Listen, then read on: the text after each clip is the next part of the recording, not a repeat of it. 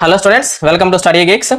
DSC కోసం prepare అవుతున్న అభ్యర్థుల కోసము మ్యాథ్స్ లో ర్యాపిడ్ రివిజన్ స్టార్ట్ చేశామండి. ఈ సిరీస్ లో భాగంగా మీకు ఇంపార్టెంట్ క్వశ్చన్స్ ని చాప్టర్ వైజ్ గా అందించడం జరుగుతుంది. అలాగే ఓవరాల్ గా కూడా టైం ని ఎలా మేనేజ్ చేయాలి, ఎగ్జామ్ హాల్లో ఎలా ఆలోచించాలి, అలా ఇంపార్టెంట్ టిప్స్ తో పాటు మీకు చాప్టర్ వైజ్ ఇంపార్టెంట్ మోడల్స్ అన్నిటిని ఈ సిరీస్ లో భాగంగా డిస్కస్ చేయడం జరుగుతుంది. అలాగే ఓవరాల్ క్వశ్చన్స్ కూడా డిస్కస్ చేయడం జరుగుతుంది. ఈ వీడియో సిరీస్ ని మీరు మిస్ అవ్వకూడదంటే వెంటనే మన ఛానల్ ని సబ్స్క్రైబ్ చేసి బెల్ ఐకాన్ ఆన్ లో ఉంచుకోండి. మన వీడియో ఎప్పుడు అప్లోడ్ చేసినా సరే వెంటనే మీకు నోటిఫికేషన్ వస్తుంది. లేట్ చేయకుండా మనం వీడియోని స్టార్ట్ చేద్దాం. సో మ్యాథ్స్ లో మనకి ముఖ్యంగా టైం మేనేజ్మెంట్ అనేది చాలా అవసరం కాబట్టి విత్ ఇన్ ద టైమ్ లో మనం ఈ క్వశ్చన్స్ ని ఎలా సాల్వ్ చేయాలి అనే దాని గురించి చూద్దామండి. యాక్చువల్ గా ఈ క్వశ్చన్స్ ను మా టీం రెడీ చేసి పంపించారు. ప్రీవియస్ పేపర్స్ బేస్ చేసుకుని ఇంపార్టెంట్ మోడల్స్ అన్నిటిని రిఫర్ చేసుకుని మేము ఇది తయారు చేసాము. మీతో పాటు నేను కూడా ఫస్ట్ టైం ఈ క్వశ్చన్స్ ని చూస్తున్నాను. నేను ఒకవేళ ఎగ్జామ్ హాల్లో రాస్తే దీన్ని విత్ ఇన్ 1 minute లోపు నేను దీనికి ఆన్సర్ ని ఎలా ఆలోచిస్తాను అనే దాని గురించి మీకు ఎక్స్ప్లెయిన్ చేస్తాను. తర్వాత ప్రాసెస్ కూడా నేను మీకు ఎక్స్ప్లెయిన్ చేస్తాను, అది కూడా తర్వాత చూడండి. కానీ ముందుగా మనము విత్ ఇన్ 1 minute లో ఎగ్జామ్ హాల్లో మనమే ఉంటే ఏ విధంగా, ఇప్పుడే మనం ఎగ్జామ్ హాల్లో కూర్చుంటే వీటిని మనం 1 minute లో ఏ విధంగా సాల్వ్ చేయాలో ముందుగా వాటిని ఆ విధంగా చూద్దాం. సరేనా? ఫస్ట్ క్వశ్చన్ చూద్దాం. రెండు సంఖ్యల మధ్య నిష్పత్తి 7:12. ప్రతి సంఖ్యలో నుంచి ఏ సంఖ్యను తీసివేస్తే వాటి మధ్య నిష్పత్తి 1:2 అవుతుంది అంటున్నాడు. ఎప్పుడైనా సరే ఈ రేషియో అనే దాంట్లో చూడండి, ఇక్కడ మనకిచ్చిన ఆప్షన్స్ ను ఓరియంటెడ్ గా చూడాలండి. ఈ రేషియో ప్రపోర్షన్ అనే ఈ రేషియో ప్రపోర్షన్ అనే ఈ చాప్టర్ లో మనం ఏ క్వశ్చన్ చూసినా సరే ఆప్షన్స్ వైజ్ గా వెళ్తేనే మనకి ఈజీగా ఆన్సర్ వస్తుంది. ఏమంటున్నాడు? ప్రతి 7:12 అంటే ఎప్పుడైనా సరే నిష్పత్తి ఉంటే 7:12 ఉందనుకోండి, నెంబర్లో 7 అనే ఉంది, ఇంకో నెంబర్ 12 అని ఉందనుకోండి, లేదా 7x 12x అని ఉందనుకోండి. ఈ రెండిట్లోంచి ఏ సంఖ్యను తీసివేస్తే, అంటే ఒకే సంఖ్యను తీసివేయాలంట, అప్పుడు రేషియో ఏమవ్వాలి? 1:2 అవ్వాలి. అంటే అర్థం ఏంటి? ఇక్కడ ఒక భాగం ఉంటే ఇక్కడ 2 భాగాలు ఉండాలి. అంటే దాని అర్థము ఇక్కడ ఈ నెంబరు ఇందులో 2 సార్లు క్యాన్సిల్ అవ్వాలి, అప్పుడు 1:2 వస్తుంది అనమాట. ఇప్పుడు కింద ఆప్షన్ చూడండి, ఏ సంఖ్యను తీసివేద్దాం మనము? 1ని తీసామనుకోండి 6:11 వస్తుంది, క్యాన్సిల్ అవ్వదు. 2ని తీసామనుకోండి 5:10 వస్తుంది, క్యాన్సిల్ అవుతుంది, 1:2 వస్తుంది. సో ఆన్సర్ మనకి ఏమవుతుంది? 1:2 అనమాట. కావాలంటే ఇక్కడ మీకు ఆన్సర్ ని చేస్తాను చూడండి, అదిగో చూడండి 2 వస్తుంది ఆన్సర్. ఓకేనా? సో నెక్స్ట్ వెళ్దాం. ఇలాగే మీరు ఆలోచించండి, ఆప్షన్స్ వైజ్ గానే చేయండి. ఇప్పుడు ఏ చాప్టర్ ఉన్నప్పుడు? నిష్పత్తి అనుపాతంలో ఇలా రేషియో ఇచ్చినప్పుడు. సరేనా? నెక్స్ట్ చూద్దాం. రెండు సంఖ్యల మొత్తం ప్రాసెస్ కూడా చెప్తాను, చివరిలో చెప్తాను, మీరు ఇలాగే చేయండి. రెండు సంఖ్యల మొత్తము 30 అంటున్నాడు, వాటి మధ్య భేదం 12 అంటున్నాడు. ఆ రెండు సంఖ్యల మధ్య నిష్పత్తి ఎంత? సో ఒక 2 సంఖ్యలు ఉన్నాయి అనుకుందాం, వాటి మొత్తం 30 అవ్వాలంటే చూడండి, ఈ రెండింటిని కలిపితే 30లో పోవాలా లేదా? అంతే కదా. 2 సంఖ్యలు ఉన్నాయి అనుకుంటే 2x 3x అనుకున్నాం అనుకోండి, మొత్తం కలిపితే 30లో పోవాలి కదా. సో 2 3 కలిపితే 5, 30లో పోతుంది కాబట్టి ఇది అవ్వచ్చు. 3 7 కలిపితే 10, ఇది పోవచ్చు. 2 5 కలిపితే 7, ఇది పోదు, ఇది కూడా పోదు. కాబట్టి ఇవి రెండు మనకు ఆన్సర్స్ కాదు. 2:3 అన్న అవ్వాలి, 3:7 అన్న అవ్వాలి కదా. సో ఒకవేళ 2:3 అయితే వాటి మధ్య గ్యాప్ ఎంత ఉంటుందండి? ఒకటి ఉంటుంది అనమాట. అంటే 2:2 + 3 అంత 5 కదా. ఈ 5 ఇందులో ఎన్నిసార్లు పోతుంది? 6 సార్లు పోతుంది. అంటే ఒక్కొక్క భాగం వచ్చేసి 6 అనమాట. ఇక్కడ 2 భాగాలు ఉంది కాబట్టి 2 6 12, 3 భాగాలు ఉంది కాబట్టి 3 6 18. మరి అందులో గ్యాప్ ఎంత ఉంది? 6 ఉంది. 6 ఉంది కాబట్టి మరి గ్యాప్ ఎంత ఉండాలంటున్నాడు? 12 అంటున్నాడు. కాబట్టి ఇది ఆన్సర్ కాదు. మరి ఖచ్చితంగా ఆన్సర్ ఏమవుతుంది? 3:7 అవుతుంది. ఎందుకని ఈ రెండు ఆల్రెడీ మనం తీసేసాం కదా. సో ఆన్సర్ మనకి 3:7. కావాలని చెక్ చేసుకోండి, కావాలంటే ఒకసారి చెక్ చేద్దామండి. 3 7 ఎంత? 10 కదా. 10 భాగాలంటే ఒక్కొక్క భాగం ఎంత అవుతుంది? 3 అవుతుంది. సో 3 3 9, 7 3 21. గ్యాప్ ఎంత ఉంది? 12. సరిపోయిందా? సో అంటే మీరు ఇది కూడా చేయాల్సిన పని లేదు, ఇది కాదు కాబట్టి ఇదే ఆన్సర్. ఇంకా సో 1 minute లో మనం దీన్ని ఆన్సర్ ఈ విధంగా చేసేయొచ్చండి. సో నెక్స్ట్ క్వశ్చన్ చూద్దామండి. ఒక వ్యక్తి వద్ద కొన్ని కోళ్లు, కొన్ని ఆవులు ఉన్నాయి. మొత్తం తలల సంఖ్య 50, మొత్తం కాళ్ళ సంఖ్య 142. అతని వద్ద మొత్తం ఆవులు ఎన్ని కలవు అంటున్నాడండి. ఇందాకే అనుకున్నాం మనము వీటిని మనం ఇలాంటి లెక్కల నిష్పత్తి అనుపాతంలో ఉన్న వాటన్నిటిని మనం ఆప్షన్స్ వైజ్ వెళ్తే త్వరగా చేరుకోవచ్చు అని ఇలా చూద్దాం. కానీ ఇక్కడ లేట్ అయ్యే అవకాశం ఉంది. చూడండి, ఆవులు 29 అనుకుందాం ఆప్షన్ లో, అప్పుడు కోళ్ళు ఎన్ని అవుతాయి? 21 అవుతాయి. అప్పుడు ఏం చేయాలి? యాక్చువల్గా అయితే మనము ఒక్కొక్క ఆవుకి 4 కాళ్ళు ఉంటాయి కాబట్టి 4తో మల్టిప్లై చేసి, ఒక్కొక్క కోడికి 2తో మల్టిప్లై చేస్తే అప్పుడు మొత్తం ఎన్ని వస్తాయి? ఈ కాళ్ళు 2 కలిపితే 142 రావాలి. అలా వస్తే ఫస్ట్ ఆప్షన్ రైట్, లేకపోతే మళ్ళీ 2 ఆప్షన్ చెక్ చేయాలి. ఇది కాకపోతే 3 చెక్ చేయాలి, ఇది కాకపోతే 4 చెక్ చేయాలి. మరి సరే ఇలా చేస్తే టైం అయిపోతుంది కదా. మరి 1 minute లో ఎలా చేయాలి? చూడండి, మీకు చివరిలో 142 అని ఎందుకు ఇచ్చుంటాడు ఒకసారి మీరు ఆలోచించండి. ఎందుకంటే చివరిలో ఉన్న 1ల స్థానంలో ఉన్న అంకెని మిమ్మల్ని చెక్ చేయమంటున్నాడు. అంటే ఇప్పుడు మీరు 9 4 32, 9 4 36, చివరి అంకె ఎంత అంటే 6, 2 1 2, ఇవి 2 కలిపితే లాస్ట్ లో మీకు 142లో 2 వస్తుందా? 8 కదా వచ్చేది, మరి 2 రాదు కదా. అంటే ఆప్షన్ ఇది కాదు. నెక్స్ట్, ఒకవేళ 21 ఉన్నాయి అనుకోండి ఆవులు, 29 కోళ్ళు అవుతాయి. ఎందుకని మొత్తం కలిపితే 50 అవ్వాలి, మనకి అది రూల్ కదా.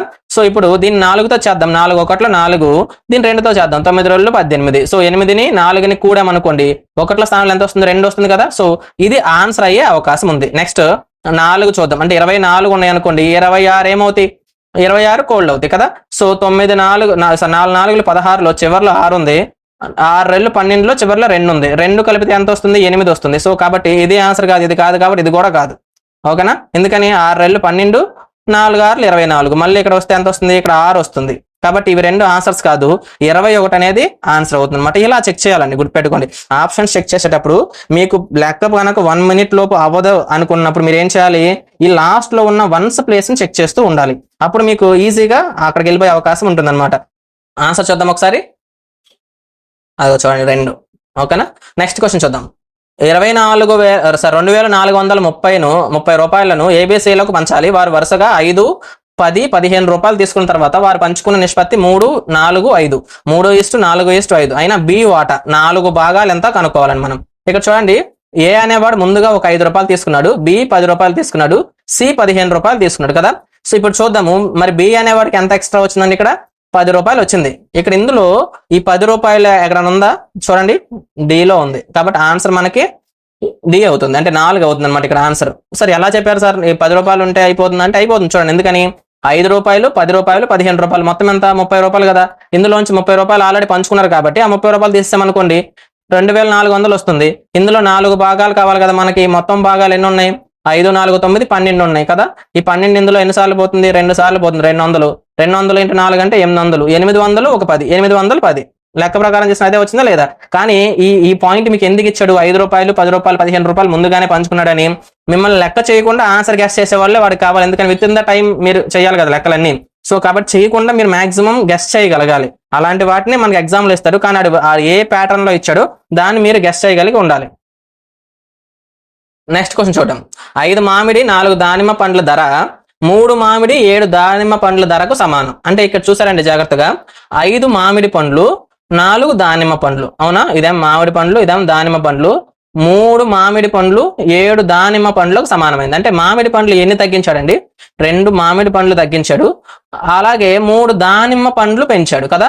అంటే 2 మామిడి పండ్లు తగ్గించి 3 దానిమ్మ పండ్లు పెంచితే సమానం అయిపోతుంది కదా. అంటే 2 మామిడి పండ్ల ధర 3 దానిమ్మ పండ్ల ధరకు సమానం అని ఇండైరెక్ట్ గా మనకి ఇస్తున్నాడు అనమాట, గుర్తుపెట్టుకోండి. సరేనా? అయినా ఒక మామిడి పండు ఒక దానిమ్మ పండుల ధర నిష్పత్తి ఎంత అంటున్నాడు. సో 2 మామిడి పండ్లు 3 దానిమ్మ పండ్లు అసలు ఎంత ఉంటాయి అనుకుందాం మనము? 2 మామిడి పండ్లు 6 రూపాయలు అనుకుందాం. అప్పుడు ఒక్కొక్క మామిడి పండు ఎంత ఉంటుంది? 3 రూపాయలు ఉంటుంది. 3 దానిమ్మ పండ్లు 6 రూపాయలు అంటే ఒక్కొక్క దానిమ్మ పండు 2 రూపాయలు ఉంటుంది. సో ధరల నిష్పత్తి ఎంత? 3:2 అవుతుంది అనమాట. సో మీరు చూడండి, 1 minute లోపు ఆలోచించాలంటే మీరు ఎంత లాజికల్ గా ఆలోచించాలండి. కావాలని మీరు ఆన్సర్ చెక్ చేసుకోండి ఒకసారి. నేను మీకు డిస్ప్లే చేస్తాను ఆన్సర్ ని. ఒకటండి చూడండి ఎలా వచ్చింది. ఇక్కడ 5 మామిడి పండ్లు 4 దానిమ్మ పండ్లు అన్నాడు కదా. అంటే 3 మామిడి పండ్లు 2 మామిడి పండ్లు తగ్గినందుకు ఏం చేశాడు? 3 దానిమ్మ పండ్లను పెంచాడు. అంటే దాని అర్థం ఏంటి? 2 మామిడి పండ్ల ధర 3 దానిమ్మ పండ్లకు ధరకు సమానము అని అర్థం అనమాట. సో ఆ ధర ఎంత అనుకుందాం మనం? ఈ రెండింటిలో పోయే నెంబర్ తీసుకుందాం. నేను 6 అని తీసుకున్నా. అప్పుడు మామిడి పండు 3 రూపాయలు వచ్చింది, దానిమ్మ పండు 2 రూపాయలు వచ్చింది. అప్పుడు రేషియో ఎంత అవుతుంది? 3:2 అవుతుంది అనమాట. సో నెక్స్ట్ క్వశ్చన్ చూద్దాం. 80 మామిడి పండ్లను ఏబీసీలకు 2:x:4 నిష్పత్తిలో ఏసీలకు కలిపి 60 మామిడి పండ్లు వచ్చాయి. అయితే ఎక్స్ విలువ ఎంత? ఏసీలకు కలిపాడంటండి. అంటే ఇక్కడ ఏ ఇటు సి అనుకోండి. 6 భాగాలు కలిపితే 60 మామిడి పండ్లు అయినాయి అంట. మరి ఒక్కొక్క భాగంలో ఎన్ని ఉన్నట్టు? 10 ఉన్నట్లు. ఓకేనా? మరి 60 మామిడి పండ్లు అయిపోతే ఇంకా ఎన్ని మామిడి పండ్లు ఉండాలి? 20 మామిడి పండ్లు ఉండాలి. ఆ 20 మామిడి పండ్లు ఎవరయ్యి? మధ్యలో ఉన్న బి కదా. అంటే ఒక్కొక్క భాగంలో 10 పండ్లు ఉంటే మరి 20 పండ్లు అంటే ఎన్ని భాగాలు? 2 భాగాలు. అంటే ఇక్కడ రేషియో ఎంత? 2 అనమాట. సో ఇక్కడ ఆన్సర్ ఎంత అవుతుంది? 2 అవుతుంది. మీరు ఇలా స్టెప్ బై స్టెప్ చేయడానికి అలవాటు చేసుకోకండి. మీరు ఎగ్జామ్ హాల్లో 1 minute లోపు ఆలోచించాలంటే లెక్క వైజ్ గా లెక్క ఏ ఆర్డర్ లో ఇచ్చాడో అదే ఆర్డర్ లో మీరు అర్థం చేసుకోండి, మీకు ఈజీగా ఆన్సర్ వచ్చేస్తుంది. సరేనా? సో దీనికి ఆన్సర్ ఒకసారి డిస్ప్లే చేస్తాను చూడండి. ఏమంటున్నాడు? 3 మనకు వచ్చింది కదా. సో నెక్స్ట్ క్వశ్చన్కి వెళ్దాం. 24 మంది కూలీలు ఒక గోడను 6 రోజుల్లో నిర్మించగలరు. అదే గోడను 18 మంది కూలీలు ఎన్ని రోజుల్లో నిర్మించగలరు? విలోమ నిష్పత్తి కదా. ఇప్పుడు చూడండి, 24 మంది కూలీలు 6 రోజులు అయితే 18 మంది కూలీలు ఎన్ని రోజులు? 24 మందికి 6 రోజులు పడితే కూలీలు తగ్గారు కదా, రోజుల సంఖ్య ఏమవుతుంది? పెరుగుతుంది, ఎక్కువ వస్తుంది కదా. సో ఎక్కువ బై తక్కువ 24/12 ఇక్కడ రాసేయండి. 24/12 × 6. సో 6 3 18, 6 4 24, ఈ 3 ఇందులో 2 సార్లు పోతుంది, 4 రెళ్ళు 8. సో ఎన్ని రోజులు పడుతుందండి? 8 రోజులు పడుతుంది. సో ఇలా చేసేయాలి. అక్కడే మీకు టైం వేస్ట్ అవ్వకుండా అక్కడే రాసేయండి, మళ్ళీ ఎక్కువ బై తక్కువ సపరేట్ రాయకుండా. నెక్స్ట్ క్వశ్చన్ చూద్దామండి. 6 పంపులు ఒక నీళ్ల ట్యాంకును 3 గంటలలో నింపగలవు. సేమ్ ఇందాకట్లాగే 6 పంపులు 3 గంటలలో నింపగలవంట.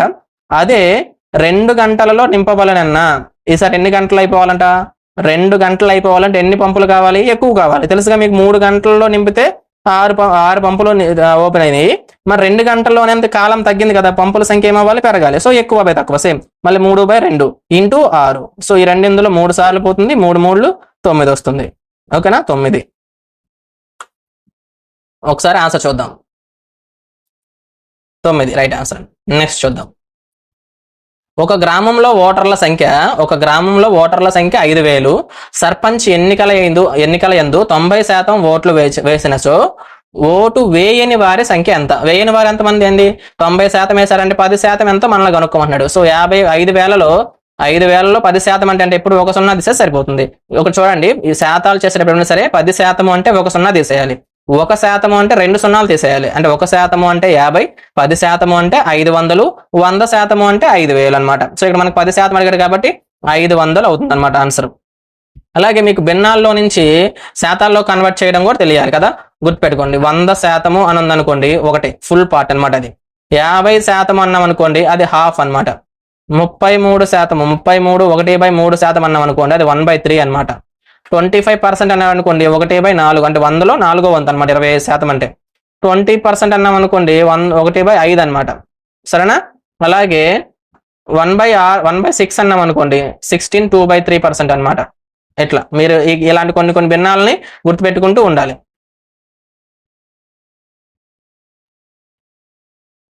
నెక్స్ట్ చూద్దాం. క్రింది వాటిలో ఏది సత్యము అన్నాడు. క్రింది వాటిలో ఏది సత్యం అంటే చూడండి, A:B మరియు C:D ల బహుళ నిష్పత్తి AC:BD. రైటే కదండి. బహుళ నిష్పత్తి అంటే ఏం చేస్తాం మనం? ఫస్ట్ ఉన్న నెంబర్ని మల్టిప్లై చేస్తాం. అవునా? AC:BD అవుతుంది అనమాట. అలాగే A:B మరియు C:D లు అనుపాతంలో ఉంటే AD = BD. ఇది కూడా కరెక్టే కదండి. AD = BD. అది ఒకవేళ చూడండి, A:B, B:C లు అనుపాతంలో ఉన్నాయి అనుకోండి. ఇక్కడ 2 నెంబర్లు సేమ్ ఉన్నాయి చూసారా? అనుపాతంలో ఉంటే ఏమవుతుంది? అప్పుడు అనుపాతంలో ఉంటే AD ఏమవుతుంది? A:C. BC ఏమవుతుంది? B² అవుతుంది. B² AC అనమాట. ఇక్కడ ఇలా ఇస్తున్నారండి, ఒక్కొక్కసారి గుర్తుపెట్టుకోండి. సరేనా? 4 ఇస్తే మీకు పెద్ద కన్ఫ్యూజన్ ఉండదు. ఒకవేళ A:B, B:C అనుపాతంలో ఉన్నాయంటే AC B² అవుతుంది. అలా ఉంటే దాన్ని ఏమంటారు? అనుపాతంలో ఉన్నాయంటాం. ఈ స్టేట్మెంట్ కూడా రైటే. అలాగే నిష్పత్తుల యొక్క సమానత్వాన్ని ఏమంటాం? అనుపాతము అంటాం. అంతే కదా? సమానంగా ఉంటేనే కదా మనం దాంట్లో అనుపాతంలో ఉన్నాయంటాం. A/B = C/D ఉందనుకో, దీన్ని మనం అనుపాతం అని చెప్పేసాం. కాబట్టి 3 స్టేట్మెంట్లు రైట్ అనండి. ఇక్కడ ఇచ్చిన వాటిలో 3 స్టేట్మెంట్స్ కూడా కరెక్టే. ఓకే, నెక్స్ట్ క్వశ్చన్ చూద్దాం. ఈ క్రింది వానిలో ఏవి అనుపాతంలో కలవు అన్నాడండి. చూడండి, అనులోమానుపాతంలో కలవన్నాడు. రైలు వేగము గమ్యాన్ని చేరడానికి పట్టే కాలం. ఎప్పుడు వేగము కాలము విలోమానుపాతంలో ఉంటాయండి. విలోమానుపాతం. ఎందుకని వేగం పెరిగితే కాలం ఏమైపోతుంది? తగ్గిపోతూ ఉంటుంది. మనం ఎంత స్పీడ్గా వెళ్తే మనం అంత తక్కువ సమయంలో చేరుకోగలుగుతాం కదా. ఇది విలోమానుపాతంలో ఉంటుంది. అలాగే మనుషుల సంఖ్య ఒక పని పూర్తి కావడానికి పట్టే కాలానికి ఇది కూడా విలోమానుపాతంలోనే ఉంటుంది. మనుషులు పెరిగారనుకోండి, పని చేయాల్సిన కాలం తగ్గిపోతూ ఉంటుంది. మనుషుల సంఖ్య వారికి కావలసిన ఆహారం, మనుషులు పెరిగితే ఆహారం కూడా ఎక్కువ కావాలి కదా. సో ఇది మనకి అనులోమానుపాతంలో ఉంటుంది. రంగులు వేసే వారి సంఖ్య రోజుల సంఖ్య, మనుషులు పెరిగితే రోజులు తగ్గిపోతూ ఉంటుంది. ఇది కూడా విలోమానుపాతం. వాడు అనులోమానుపాతం అయ్యాడు కాబట్టి ఆన్సర్ ఇక్కడ మనకి 3 అవుతుంది అనమాట. ఆన్సర్ ఎంత అవుతుంది? 3 అవుతుంది అనమాట. సో నెక్స్ట్ క్వశ్చన్ చూద్దాం. ఒక వ్యాపారి ఒక బొమ్మను 500 రూపాయలకు కొన్నాడు. 20% లాభానికి అమ్మిన బొమ్మ అమ్మిన వెల ఎంత? ఇప్పుడు చూడండి, ఇందాక చెప్పుకున్నాం మనము 20% అంటే 1/5 కదండి. 1/5 అంటే 100 రూపాయలు అనమాట. సో 100 రూపాయలు లాభం వచ్చింది. 500 కొంటే 100 రూపాయలు లాభం అంటే ఎంత? 600 అవుతుంది ఆన్సర్. మీకు ఎప్పుడైనా సరే శాతాలను కన్వర్ట్ చేయడం ఈజీగా తెలియాలండి. భిన్నాల్లో కన్వర్ట్ చేస్తే మీకు చాలా లెక్కలు ఈజీగా అయిపోతాయి. ఒకవేళ అలా తెలియలేదు, 10% అంటే 50 రూపాయలు అండి. 20% అంటే ఎంత? 100 రూపాయలు అవుతుంది. డబల్ చేయడమే కదా, ఎలాగైనా చూసుకోవచ్చు. అంటే 500 కొన్నాడు, 600కి అమ్ముతాడు లాభం వచ్చిన తర్వాత. సరేనా? ఇప్పుడు ఆన్సర్ ఎంత అవుతుంది మనకి? B అవుతుంది అనమాట, లేదా 2 అవుతుంది. రెండో ఆప్షన్ లో ఉంది. నెక్స్ట్ క్వశ్చన్ చూద్దాం. ఒక సంఖ్యను 20% పెంచినప్పుడు దాని విలువ 42 అయింది. ఆ సంఖ్య ఎంత? 20% పెంచిన తర్వాత అంట. అంటే క్రింద ఉన్న వాటిలో దేన్ని మనం 20% పెంచితే 42 అవుతుంది? అంటే పెంచక ముందు చిన్న సంఖ్య, పెంచిన తర్వాత 42 అవ్వాలి. ఇది పెంచక ముందు పెద్ద సంఖ్య ఉంది కాబట్టి దీన్ని తీసేద్దాం. మనం దీన్ని పెంచుదాం, 20% పెంచుదాం. సో 10% అంటే ఎంత? 35లో 10% అంటే 3.5 అండి, 3.5. ఒక అంకె తర్వాత పాయింట్ వస్తుంది. 10% అంటే మరి 20% అంటే ఏం చేయాలి? మనం దాన్ని డబుల్ చేయాలి, అవునా? సో 3.5 × 2 అంటే ఎంత? 7. ఓకేనే. 35కి 7 పెంచండి, 42 వస్తుందో లేదో? వస్తుంది. సో ఆన్సర్ మనకి 35 అవుతుంది అనమాట. ఇందాక మీకు చెప్పినట్లు మీకు భిన్నాలు కనుక అవగాహన ఉన్నాయి అనుకోండి, 20% అంటే బై 5 అండి. 20%, 20 అంటే ఎంత? 1/5 కదా భిన్నము. సో అంటే దీన్ని మనం 5 భాగాలు చేసామనుకోండి, ఎంత వస్తుంది? 7. 5 ఏళ్ళు 35 కదా. సో అంటే 35కి మనము 7 కలిపితే 42 వస్తుందా? వస్తుంది. సో కాబట్టి ఆన్సర్ మనకి 2 అవుతుంది అనమాట. ఇలా మీకు భిన్నాలు తెలిస్తే లెక్కలు మనం చాలా తొందరగా చేయొచ్చు అనమాట, శాతంలోకి భిన్నాల్లో కన్వర్ట్ చేయడం తెలిస్తే. అలాగే చేబ్రోలు గ్రామ జనాభా 2012లో 6250 ఉందంట. సంవత్సరమునకు పెరుగుదల రేటు 8% ప్రకారము 2014లో ఆ ఊరి జనాభా ఎంత? ఇది యాక్చువల్గా లెక్క ప్రకారం చేస్తే క్యాలిక్యులేషన్ చాలా పెద్దది అవుతుందండి. మీకు లెక్క ప్రకారం చేస్తే ఎలా చేయాలంటే, ఇది ఫస్ట్ ఎంత ఉంది? 6250 కదా. ఇది 2 సంవత్సరాలు పెరిగిందండి. 2012 నుంచి 2014 వరకు సంవత్సరానికి 8%. 108/100, 108/100. దీని క్యాలిక్యులేషన్ కొంచెం ఎక్కువ టైం పడుతుంది. సో నేను మీకు ఒక సింపుల్ లాజిక్ చెప్తా చూడండి. ఎప్పుడైనా సరే ప్రతి సంవత్సరము పెరుగుతుందంటే దాన్ని మనము చక్రవడ్డీ మోడల్ అంటారండి. ప్రతి సంవత్సరం 8% చొప్పున పెరుగుతూ ఉందంటే, మీకు చక్రవడ్డీ చెప్పేటప్పుడు నేను ఎప్పుడూ ఒక పదం చెప్తూ ఉంటాం, గోల్డెన్ రేషియో అంటాం. 1:2:2. 2 సంవత్సరాలు అనుకోండి, 2 సంవత్సరాలకి ఒక సంవత్సరానికి అసలు బారు వడ్డీకి చక్రవడ్డీకి అసలు తేడా ఏమి ఉండదండి. బారు వడ్డీ అయినా చక్రవడ్డీ అయినా ఒకటే ఆన్సర్ వస్తుంది. అదే 2 సంవత్సరాలు అయింది అనుకోండి, మళ్ళీ వడ్డీకి వడ్డీ వస్తుంది కదా. మీరు దీని అర్థం ఏంటంటే, ఈ రేషియో అర్థం ఏంటంటే 121 అంటే మీరు ఒక 100 రూపాయలు ఇచ్చారనుకోండి, మీరు ఒక 100 రూపాయలు వడ్డీకి ఇస్తే 2 సంవత్సరాల తర్వాత చక్ర వడ్డీ ప్రకారం అయితే 121 రూపాయలు వస్తుంది. అదే బారు వడ్డీ ప్రకారం అయితే 20 రూపాయలు వస్తుంది. అంటే ఎంత ఎక్స్ట్రా వచ్చింది? 1 రూపాయి ఎక్స్ట్రా వచ్చింది. 1 రూపాయి ఎక్స్ట్రా వచ్చింది. అంటే చక్ర వడ్డీకి బారు వడ్డీకి తేడా ఎంత? ఇక్కడ 1%. 100 రూపాయలకి 1 రూపాయి ఎక్స్ట్రా వచ్చింది, అంటే 1% తేడా అంతే. అదే 3 సంవత్సరాలు అయింది అనుకోండి, అప్పుడు గోల్డెన్ రేషియో 1:3:3:1 అండి. అంటే మీరు ఒకవేళ 100 రూపాయలు ఇచ్చారనుకోండి, 331 రూపాయి చక్రవడ్డీ వస్తుందండి. 331 రూపాయి, సారీ 33.1 రూపాయి వస్తుందండి. అర్థమైందా? 1.331 అనుకోండి, దీని గోల్డెన్ రేషియో అనుకోండి. అంటే దీని అర్థమైందంటే 2 అంకెలు 33 రూపాయల 1 పైసలు, 33.1 ఇది చక్రవడ్డీ వస్తుంది. అదే 30 రూపాయలు బారు వడ్డీ వస్తుంది. తేడా ఎంత వచ్చిందండి మీకు? 3.1% అండి. గుర్తుపెట్టుకోండి, 3 సంవత్సరాలకి ఎంత తేడా వస్తుందండి? 3.1% తేడా వస్తుంది. ఎట్లా? సంవత్సరానికి 10% అయితే ఇదంతా నేను చెప్తున్నది. సో దీన్ని బట్టి మీకు ఏం అర్థం అవ్వాలంటే ఒక చిన్న లాజిక్ మీకు చెప్తా చూడండి.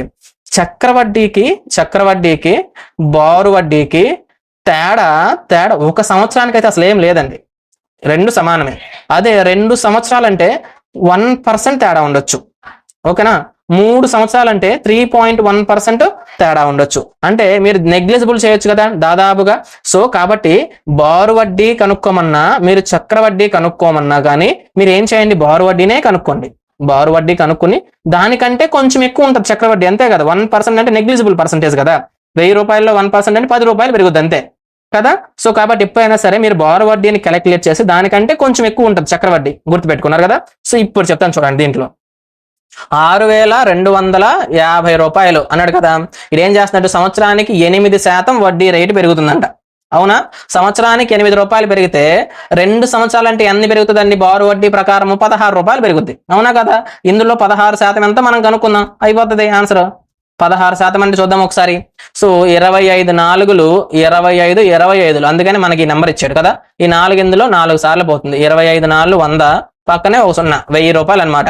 అంటే బారు వడ్డీ ప్రకారం అయితే 1000 రూపాయలు పెరుగుతుందండి కరెక్ట్ గా. 6250 ఉండాల్సింది 7250 రూపాయలు ఉంటుంది. కానీ చక్రవడ్డీ కదా ఇది, ప్రతి సంవత్సరం పెరుగుతుందంటే, అవునా. చక్రవడ్డీ ప్రకారం అని చెప్పుకున్నాం కదా.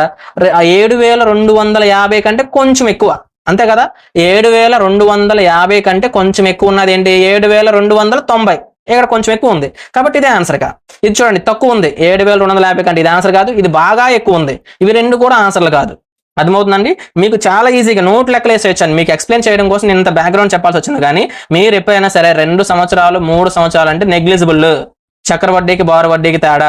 సంవత్సరానికి 8% చొప్పున అన్నాడు. ఒక సంవత్సరానికి అంటే 8%, 2 సంవత్సరాలంటే 16%, 3 సంవత్సరాలంటే 8 3 24% కనుక్కోండి బారు వడ్డీ ప్రకారం ఎంత అవుతుందో. సో దాన్ని ఏం చేస్తారు, దానికంటే కొంచెం ఎక్కువ ఏది ఉంటే అది వేసేయండి. దాని తర్వాత నెక్స్ట్ నెంబర్ ఏది ఉంటే అది వేసేయండి. సో కాబట్టి ఇక్కడ ఆన్సర్ ఏమవుతుంది, 7290. కావాలని మీకు ఆన్సర్ చూపిస్తాను చూడండి, ఖచ్చితంగా అదే ఉంటుంది. మీరు లెక్క ప్రకారం చేసుకుని అదే వస్తుంది. ఎందుకు చూడండి ఇక్కడ నెంబర్ 4 అదిగోండి. సరేనా? నెక్స్ట్ క్వశ్చన్ చూద్దాం.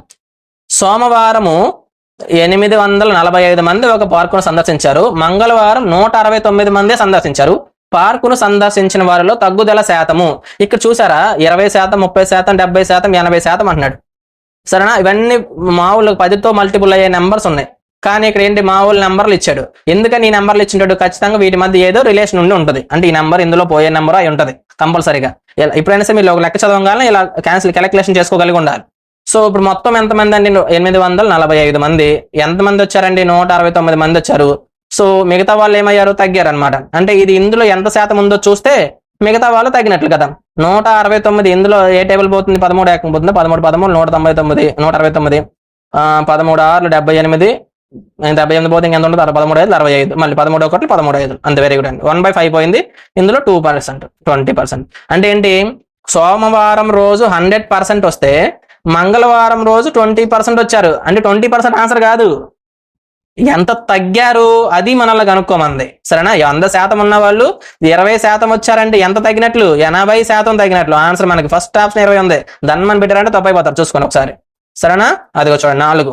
ఎంతమంది తగ్గారు అంటే 80% మంది తగ్గారు.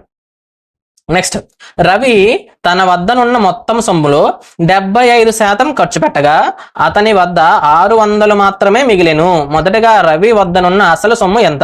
ఇప్పుడు చూడండి, 75% ఖర్చు పెడితే మరి ఇంకెంత శాతం మిగులుతుంది, 25%. 25% అంటే భిన్నం ఎంత, 1/4. అంటే ఒక భాగం మిగిలింది. 4 భాగాలుంటే ఒక భాగం మిగిలింది. ఒక భాగం 600 అయితే మరి 4 భాగాలు ఎంత, 2400 కదా. అతని దగ్గర ఉన్న మొత్తం సొమ్ము ఎంత, 2400. అందులో ఖర్చు పెట్టిందంత 600. మరి మిగిలింది ఎంత, అట్లా మిగిలిందంత వాడు అడగలేదు. ఒకవేళ అడిగితే ఏం చేయాలి, మీరు 1800 వేసుకోవాలి. అర్థమైందా? సో మొత్తం అడిగాడు కాబట్టి 2400 అవుతుంది అన్నమాట ఆన్సర్. సో ఇలా మీకు లెక్క చదువుతూ ఉంటేనే మీకు ఆ మోడల్ ఏంటో మీకు గుర్తొచ్చేసేయాలి. తర్వాత మ్యాథమెటిక్స్ అనే ఆంగ్ల పదంలో అచ్చులు హల్లుల నిష్పత్తి ఎంత అన్నాడు. అచ్చులు లెక్క పెడదాం మనం.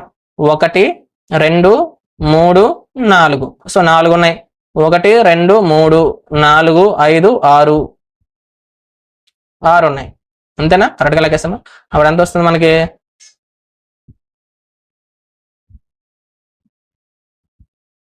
1 2 3 4 5 6 7 8 9 10 11. 1 2 3 4 4 ఉన్నాయి. 1 2 3 4 5 6 7 4:7 అండి. 4:7 అవుతుంది ఆన్సర్. ఎక్కడ ఉంది, ఎందుకో 3లో ఉంది. ఓకేనా?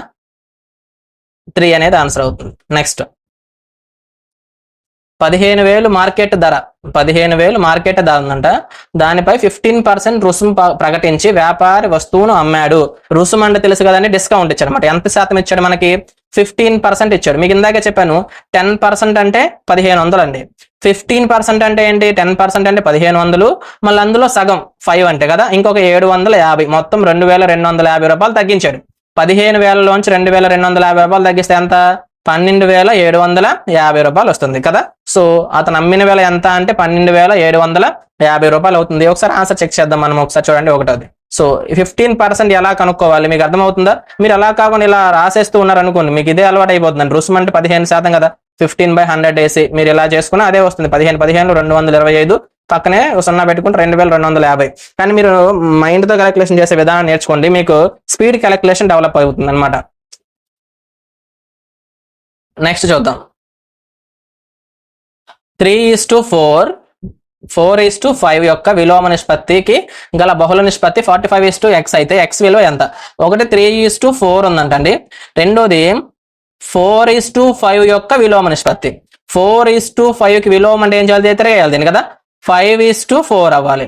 ఓకేనా? ఈ రెండింటికి మధ్య ఉన్న బహుళ నిష్పత్తి అంటే ఎలా చేస్తాం మనం, 3 5 15 4 4 16 15:16.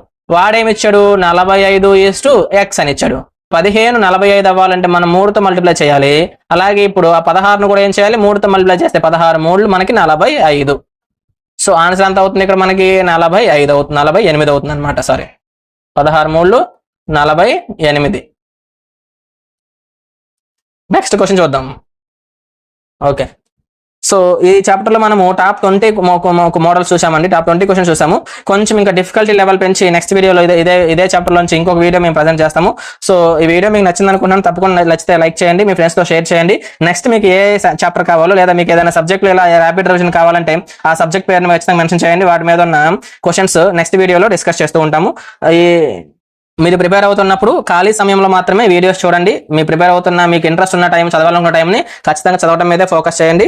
మీకు ఫ్రీ టైంలోనే ఈ వీడియోస్ చూడండి. ఈ వీడియోస్లో మీకు డౌట్ ఉన్న చాప్టర్స్ ఏ అయినా సరే, ఏ సబ్జెక్ట్ అయినా కావచ్చు, ఏ టాపిక్ అయినా కావచ్చు, లేదా ఈ విధంగా ఇంపార్టెంట్ క్వశ్చన్స్ని ఒకసారి రీక్యాప్ చేస్తూ ఉన్నాను సార్ అంటే మీకు ఈ వీడియోస్ రూపంలో మీకు ప్రజెంట్ చేస్తూ ఉంటాము.